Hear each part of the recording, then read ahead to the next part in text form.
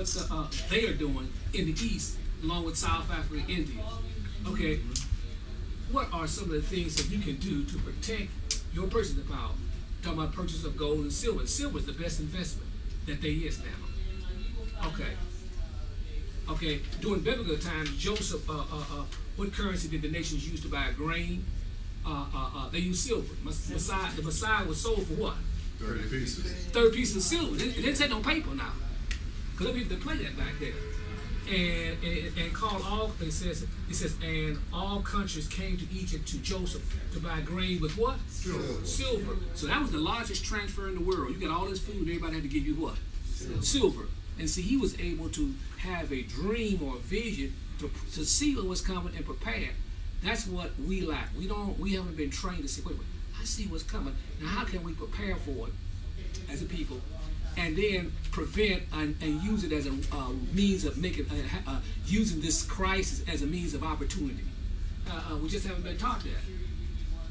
Okay, it says Venezuela currently devalued their currency 46%. It says, now what effect does this have when somebody devalues the currency? It says, when a nation devalues, when a country becomes so great when the debt becomes so great in the tax revenue, they cannot service the debt. I mean, just like what that means, you got a credit card, you're up $10,000, you can't make the minimum payment. You're in trouble. You're in big trouble because they don't care. As long as you make that minimum payment, they don't care if it take you 100 years to make it. Because So all they get is what? Yeah. Ching, ching, So ching, how do we ching, relate ching. that? That's all. Back to the states piece. How do we relate that to the pension crisis scenario in Springfield, which is also robbing us, right? That's exactly right. See, the problem is that since they are so deep in debt, what do they do initially? There's only two ways the state can get power. I mean, get revenue. That's one is what? That's it. That's primary, and they will tax you. That's the reason why we had to raise taxes 66 what? Percent. That was ludicrous. 70%, and still they haven't gotten. They got a pension of what? 100 what? Almost $90 billion that they can't even pay. And see, we told. So who's pulling the equity out of that, and who's benefiting from? Somebody benefited. Okay, well, from who that. benefited from it? A long time ago, it's just like the housing. When the housing failed, what happened was, remember when this is the strategy, you have to look at it. What they did initially was they realized that there was a lot of the equity, a lot of the wealth that Americans had, especially middle class and especially African American, it was locked up in one place, and that was their what? That was their house. And they had to come up with a scheme to get that wealth out of the house. Now, usually you get Pookie, you got $200,000, you got $1,000 out. Pookie can kick the door in when coming in the mask, knock you in the head, take your money. They said, we ain't doing it that way. The money we steal ain't enough. So what they did then, they raised the real estate. They lowered the real estate. They lowered the interest rates to zero, just about, and they made it available where it used to be 20% down. They made it such that anybody. Ninja. It's called ninja loans. No interest, no job, no assets, nothing. So you go in and just sign. Even dead men was buying real estate here. Yes. See what I'm saying? So what happened was that boosted the price. As long as you got buyers coming into the market, you got to finance. What does it do to the prices? The price just keep going, and they got so crazy. Englewood is paying $500,000-$600,000 for $100,000 house. So I'm not. Yeah. I'm on my second mortgage, and I'm underwater because I done took a false equity, borrowed against it, Exactly. killed whatever equity I had in my original house, and now I'm bankrupt. That's exactly And if right. I lose my job, I'm homeless. That's exactly right. Only a few people, what we did, the people that we taught in our Bible school, we said, listen, if you get out of your house, take half the money and put it in silver. And they said like $200,000, $300,000, $400,000, $500,000. I said, don't worry, it's gonna go way higher. I said, you gotta understand. So what I'm saying is, when they pump up something, you can bet that what they want is they need you. The way the market was, for every buyer, there has to be a what? There gotta be a seller. This is, it's a zero-sum game. If we play in a crap game, the only money in that pot is somebody gotta win and somebody gotta what? Lose. That's the way the stock market is. So what we gotta do? We gotta get more people in the game. Then as more people come to the game, they say, we're gonna pull a 3-card mile. We're gonna let them win some, and then we'll take the pot and leave them hold the bag.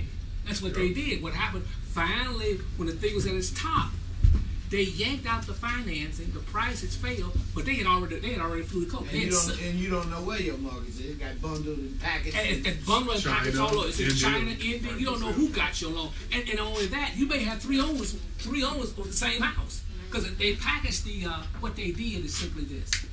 Before you got a mortgage, it was kept down at in the bank, but it was recorded down at the accounting. And you had to go down with a stamp. It was in a book. And when that mortgage changed, you had to have a what? You got a seal. You got all types of things. You got to have clearance. Yeah. That stuff was done by paper. So Wall Street said, you know what? We don't get rid of this book stuff that y'all got down. We're gonna computerize it all. So they took everything and computerized it all on Wall Street. I said, wait a minute, you ain't got no check and balances because you don't know how many times your house can be sold. So you got a guy that bought $1 billion bond. Your house is in this package. It's in that guy's package. It's in that guy's package. Your house may be sold 4 times. Even though they put in that package, there's only one owner because there's only one signature they put on that mortgage. And if it's only one signature, there's only one person that's permissible to own that property. So whatever they're doing, there's electronic signature, which is illegal, which means those banks are the ones that's in trouble. But people need to understand that. Did you understand? That's another whole level. That's another whole level. But see, this is Wall Street. Right. You know. You're talking about status quo. What you're talking about is part of the solution to the actual strategies of what's been going on. What has happened though is, and I'm not trying to put a race on it, they bankrupted the middle class in America. That's what they did. Eradicated. They eradicated. Now you know what Holder said? Eric Holder, the brother in Washington, the attorney general. He said the banks are too big to go to jail. That's in Wall Street Journal. He said they are too big. You understand what that means? They ain't too big. Listen, Pookie, go out, you leave your car out there and you go over there and stick up something. You did 20 years with a gun. Now here this guy, they say, listen, does everybody understand? There's a sister. She's from New York. She called me. She said, do you know what HSBC means? I said, yeah, I know what HSBC means. Do you know what it means? She said, no. That's Hong Kong, Shanghai Bank. Right. I said, that's the bank that the British used to launder the opium money. And also the slave trade. Where you people don't understand the name of the game. It's all been about finance. It's about money. Nothing else. And we were commodities. He said, and I said, that bank, and you know what that bank is? It got fined for laundering money. All the money down in South America. And you know what they did? The federal government says the fine is $2 billion. They said, when you want it. When you want it. They don't go to jail. $2 billion. They say that's a cost of doing business. Now, if I launder money, my black man had to do it 50 years. Someone take this, I'm gone. With no parole. With no parole. That's the way it goes. That's the way it is. This is how they have set the system up. And you have to be able to, I call it guerrilla economics. You have to know how to play the system and manipulate it within them. So our black president can't say it. No, I'm sorry. No, he can't say it. You gotta be kidding. No, it's impossible. You can't do nothing. Because as I tell the students, I said I would like to be the fly on the wall. When the Wall Street bankers walk into here one day and says, you know what? We want you to tell the American people that their money is going to be devalued 70%. We want you. I say you. You know, you want me to get up and tell all these white folks they're going to lose 70% of their money. The first thing they're going to be mad is who? Me. They're going to call them Negro, nigga, everything else. Which they're already doing. That's already doing. Right. So you say, and see, the only thing I do, I say, you know what? I'm out of here. The most powerful man in America is the Federal Reserve Chairman. As the Federal Reserve Chairman. That's the most powerful man in America. Not the president. Exactly. He's the one that can do it. So, continue with, it says, this is close. It says, this means that when the Venezuela devalued their Bolivia, the currency was called bolivar currency, it was cut by 46% in all goods and services. Most important, the debt also was reduced. So that's what the nation would do. So we run up all this debt. They said, the debt is $100 trillion. They said, you know what? We need to reduce this debt by 70%. So they wipe out their debt.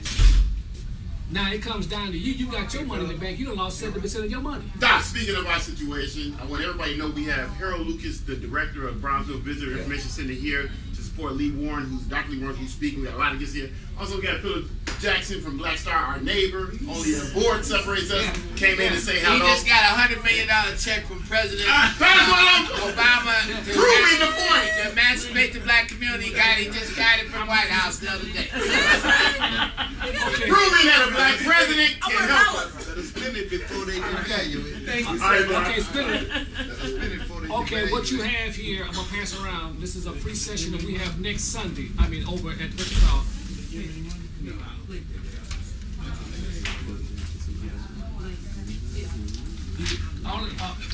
What you notice is a chart there.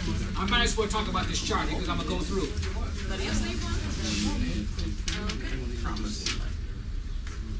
So the point is, see, if we had our own capital, first of all, you got your own school. Right. You don't need no public school. So are you with the charter program? You with alternative schools? That's public. I'm trying to make him say it. No, what I'm saying, what I'm saying is simply this. See, the Jewish people, they don't want to send their kids to no public school. So here's the question. Within the question. Is the board of education issue an issue about children's education, or is it a real estate question? There you go. There ain't no question. You know the answer. You know the answer. I am purely being a devil's advocate. The mayor just said today that although they're closing the schools in the black community, they ain't really closing the schools in the black community. Is that what he just said today? In terms of the majority of the school, 88% of the school closings is in the black community. That's about it. And did he just defend that position today? And who is this? The man He just came out, and the questions you should be asking. We're emulating New York. Right, and what you should think. Don't think the second congressional district race is critical. Although Ms. Kelly said, I don't know Mr. Bloomberg. Quit lying. Right? Quit lying, girl. They lay in the infrastructure from a New York perspective of what they're going to do in Chicago. What the finance gangs, the crime, the shooting, all of those patterns, all part of the plan. You city to the next. See, and what you have to, since you're talking about the gangs, remember when, I'll give you an example, when the Peace Stone Nation had wrecked Woodlawn. Not Woodlawn and South Shore. Yep. Them people knew exactly what they was doing. They did the same thing in South Central. Yeah. Crips.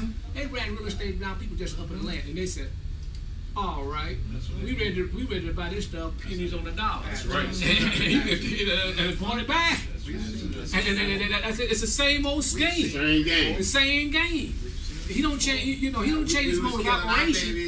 In the 70s and 80s, 800, 900 a year. That's it. Now it's news if we have 5, right? Right. But they have moved all the people out of public housing, pushed them out of the inner city. That's right. It's about the real estate. It ain't about whether your baby get a good education. That's it. Never have been about That's nationwide. That's nationwide. So all politics is local. I'm right here in Bronzeville. We trying to hold on to the land. That's it. We're not trying to be pushed out of the inner city. Do we know we on wrong ground? Do we know we in the promised land that we came to the northern city about historically and culturally? I know these two people do. That's why I keep them close to me, right? So I can know what happened 20 years before I got here. Yeah. Okay. That's right. You need that shot. That's right. Right. Second reconstruction, really. That's exactly what's going to happen. You consider this a second reconstruction proclamation, all right? Second reconstruction conversation. That's what we in. Now what happens? See, the devaluation wiped out the savings and the purchasing power of the middle class unless they offset this by having dollars. Now what happens is that down in Argentina, when they crashed their economy and divided, most people had a two what they call a dollarization economy. In other words, they use dollars as well as official currency, as well as I think it was the peso. What happened was once they crashed the economy, most people had dollar account. They thought they were safe, and the government came in and confiscated the dollar. And so what's happening now? So we tell people, I said, listen, make sure you got some gold and silver stashed away, because see, when this thing crashed, they become predatorial. But that's all right. You want to be able to, because they're going to snatch all types of real estate when this thing finally bottoms out.